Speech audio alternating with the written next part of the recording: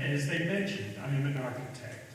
I have an extensive background in building design with a focus on preservation, restoration, and the practice of envisioning new life for old buildings. So the session eagerly seized me into work on buildings and grounds as soon as I joined the church, and then made me a member of session. This made me an elder twice over, once as a session member, and secondly, simply based on my age. I am not a long-term church member, but my backstory in the neighborhood goes back several decades. My wife Carolyn and I moved to Fort Greene in the late 70s, and raised our family here in Fort Greene during some interesting times. The chicks have long since flown the nest, but our house and this neighborhood remain our home. I'd like to say I circled around the church for many years, through Mike and Janice and Deb and Pam and through others, through the music and simply the proximity. We became part of the church's neighborhood community, but not members or not pledging. Perhaps it was COVID, though I think it was earlier. I was knocked off my perch of complacency and joined the church.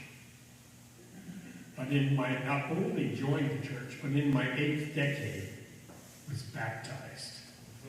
Somehow this rite of passage evaded me all these years, despite being the grandson of ministers and attending schools with strong religious education. Or perhaps it was because of all of that. I found an opening to put my many years of architectural practice to work for a client who appreciated the contribution. Beyond that, I have the opportunity of being surrounded by like-minded people, a sense of new community, and a chance for a deeper spiritual understanding. They say you have to be wary of zeals of regional initiatives, but for me this is really real. And with that richer connection comes the responsibility to support the church community. There are multiple ways to provide that support, as you all know. There is a committee for every day of the week. I put my expertise to work, maintaining, preparing, and envisioning a bright future for this old building. I have committed myself to these efforts so the church can continue to serve as the center for the congregation and for the community at large. The life of the church requires more than our commitment of expertise, time, and energy. It requires our financial support. The financial support is the lifeblood of the church.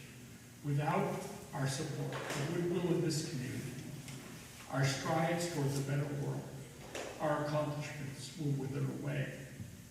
I pledge not only because of this building, this congregation, and this community, but also because I want to contribute to sustaining the church's commitment to liberal theology through thought and action.